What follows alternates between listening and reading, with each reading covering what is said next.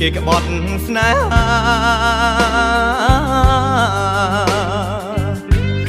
លបត្បួងដៃតាំងពីរៀបការតើខ្ញុំចាំដើម្បីអ្នកណាបើភរិយា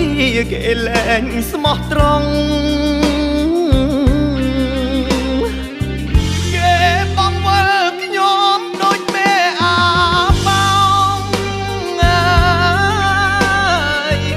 ស្នេហាដំបងខាតដើមខាតចុងស្ដាយចិត្ត